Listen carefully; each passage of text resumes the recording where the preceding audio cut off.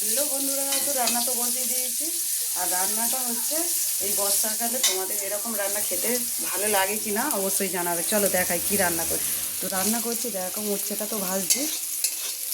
তো অনেকেই বুঝতে পারছো যে উচ্ছে দিয়ে কী হবে, উচ্ছে ভাজা হবে না বন্ধুরা। উচ্ছে তো ভাজা তো হবেই, কিন্তু উচ্ছে ভাজা দিয়ে আজ মাছের ঝোল করব।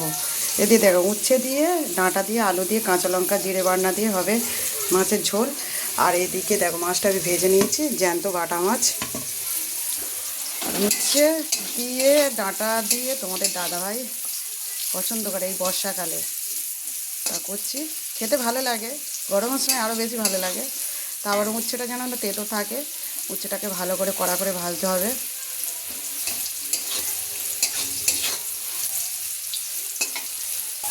এরকম রান্না কি তোমরা পছন্দ করো? অবশ্যই কমেন্ট করে জানাবে।